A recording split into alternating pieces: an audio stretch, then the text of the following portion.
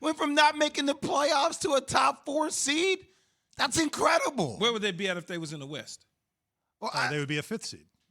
I don't know. They're not in the West. They're in the East. But they would be a 5th seed. I just gotta give them credit where credit is deserved. No, they get all man. the credit. Tibbs get all him and what they've been able to do. Of course, man. They turn it around. And here's the crazy thing: by the way the seedings have worked out in the playoffs, we could actually be talking about the Knicks getting to the next round of the playoffs. Like if they were going against the Bucks, I'd be like, great season, it's done. There's a legitimate chance against the Hawks. They can beat the Hawks in a 7-game series. This should be a good series. This should be a great series. Now, the Knicks beat them 3-0 in the regular season, but you can't really look at that matchup. Out. Yes. Trey missed one game, and then he missed the finish of another game. I think it's going to be a really, really good match. Again, what Nate McMillan's done with the Hawks is also, you got to look at that. That's a tough team. They can score. That's going to be a good series. But I got to say this. This has now become what we do here in New York. As I told you, any team wins a championship, at the parade, you're like, well, can they win 2 in a row? I don't know. Like, that's what we do. So now is this a successful season? Yes. Yeah. Already absolutely. it is because you exceeded expectations. But what do they do from here? What's the jumping off point from this? They got one thing at a time, man. You got to win a playoff game. You're in the playoffs, so let's see if you can get to the second round. I think you're missing the point. Once the second round is over, then you can look to the future. Once you exit the playoffs, then that conversation turns to, can we get somebody? Can we do? But right now, let's focus in on where they're at right now and what they've been able to do. Why put the horse before the cart? I had to think about it. A cart before the horse. Cart before the horse. Why do that? Why do that to yourself in New York? Why do that to yourself? Because what we do. Like, but that's foolish. We'll enjoy this now, but what you want to know is, I guess there's the thing. I know Jay has said this. Like, how can you look at this as a successful season? What will make it successful? And I'm thinking it's really, where do they go from here? Is this now? Does this turn it around for the franchise where nobody's now looking at it thinking, I don't want to go there because it's a circus? Now it's like, you know what? I kind of like what they got going on. I might want to be part of it. Well, I think because we all know they got to Jay can speak to this because Jay played in the NBA and he's from the region, the area. Tri-state. They turned tri-borough, whatever. They changed the fortune of the franchise when they got the people in to run it. Leon Rose and West. Tibbs and Worldwide West. So that immediately had them say, okay, I bet you, and you can tell me if I'm right or wrong, if they had hired this group a year before when KD and Kyrie was in free agency, would they have had a legitimate shot with Worldwide West and that group selling it to them? A way better shot than the last group. Yeah, so a way better shot than the last group. It's already changed. You can smile.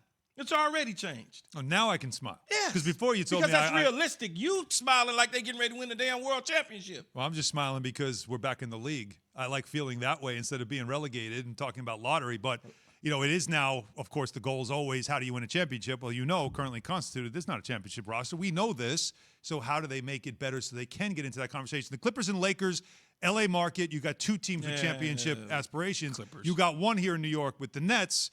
Boy, would the NBA love it if they had 4 teams in their 2 largest markets that are all championship contenders. Clippers running from the Lakers, so I don't know about that. You got to be real when you assess the Knicks. They've had an incredible season. But, we did talk about NBA Countdown on Friday. I was like, all right, so what are the next moves? Like, let's even say they get by the Hawks, right? Phenomenal season. Oh, my God, yes. Phenomenal season. But what typically happens in New York is, all right, like, how do we sustain that next year? Or how do we surpass that? What decisions do you make on guys like Derrick Rose? Some of your pending free agents. Do you bring some guys back? Do you release cap space? Do you try to go get more guys? Absolutely. You do, but there's a lot of moving parts, especially when the bar has been set. Like, you didn't come in just as a 9 or 10. You're the 4th seed. Yep. I don't care if Miami deals with their issues, whatever. You're the 4th seed in the Eastern Conference right now, heading into the playoffs. That sets a pretty high bar for Tibbs and company next year to reach that mark again. But you go out there and you take a look at who could be available to help you get out of the 2nd seed that you potentially got in if you beat the Hawks this year and then you get bounced. You find whoever that 1 or 2 alpha dogs is to pair with whoever. Maybe it's as crazy as it may sound.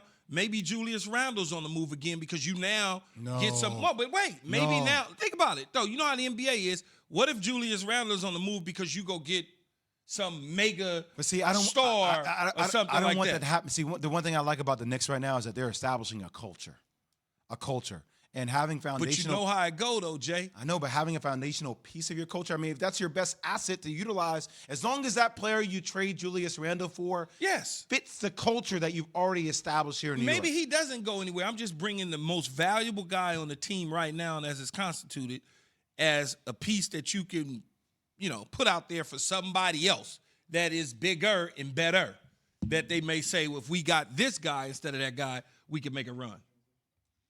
888-SAY-ESPN, 888-729-3776. We certainly will keep the conversation going on this. And Randall's had a phenomenal year. He probably will be most improved player. He will be an all-NBA player. He's got an option year left, and then they can talk about what they want to do with him contract-wise. They've got $50 million in cap space that they can spend, whether to keep this group together or to improve it. They've got 2 first-round draft picks. I mean, this is the healthiest this franchise has been in a very long time when you think about everything. Not only the winning aspect on the court, the head coach who has a chance at Coach of the Year, but also on what they have going forward. This isn't one of those not sustainable, one-and-done type of things, which the 54-win 2013 season felt more like that because it was the oldest roster in the league. I mean, think about 2022, like what that class looks like John Wall, James Harden, Russell Westbrook, Kevin Durant, Stephen Curry, Bradley Beal. I mean, that next summer is going to be interesting. Yeah. Interesting. Yeah, but again, do they keep chasing or do they try to keep building it their way? Building. That's why I want New York Knicks fans to understand. Well, like, if you guys don't finish top 4 next year, I wouldn't see that as a failure type of season. Thanks for watching ESPN on YouTube. For live streaming sports and premium content, subscribe to ESPN Plus right now.